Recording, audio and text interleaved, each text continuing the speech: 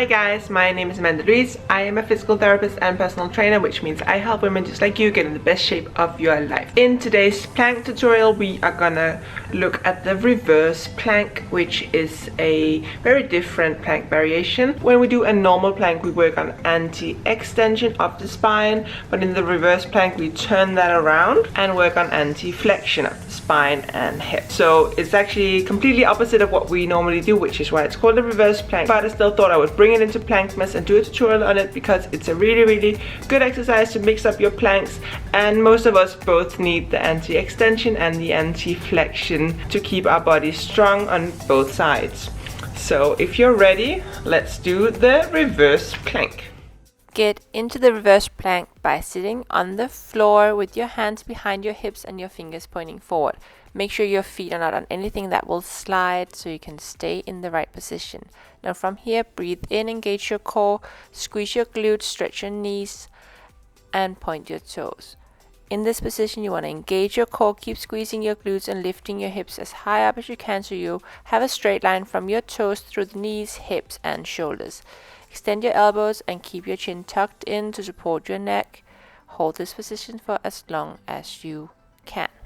This position does put a bit of stress on your wrists, which is good as we want them to be nice and strong as well. But if you find that it's too much stress, just stay around until the end where I'll show you a variation that you can do without putting any stress on your wrists.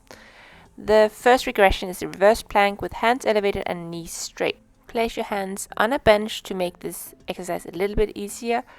Again, you extend your knees, hips, and push your shoulders away from the ears. Engage your core and squeeze your glutes to have a nice straight line all the way through the body.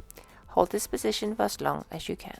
Having your hands elevated on a bench like this makes the exercise a little bit easier, but it might still be too challenging. And if that's the issue for you, try the reverse plank with the hands elevated and the knees bent. So again, get into the same position with your hands right under your shoulders on a bench.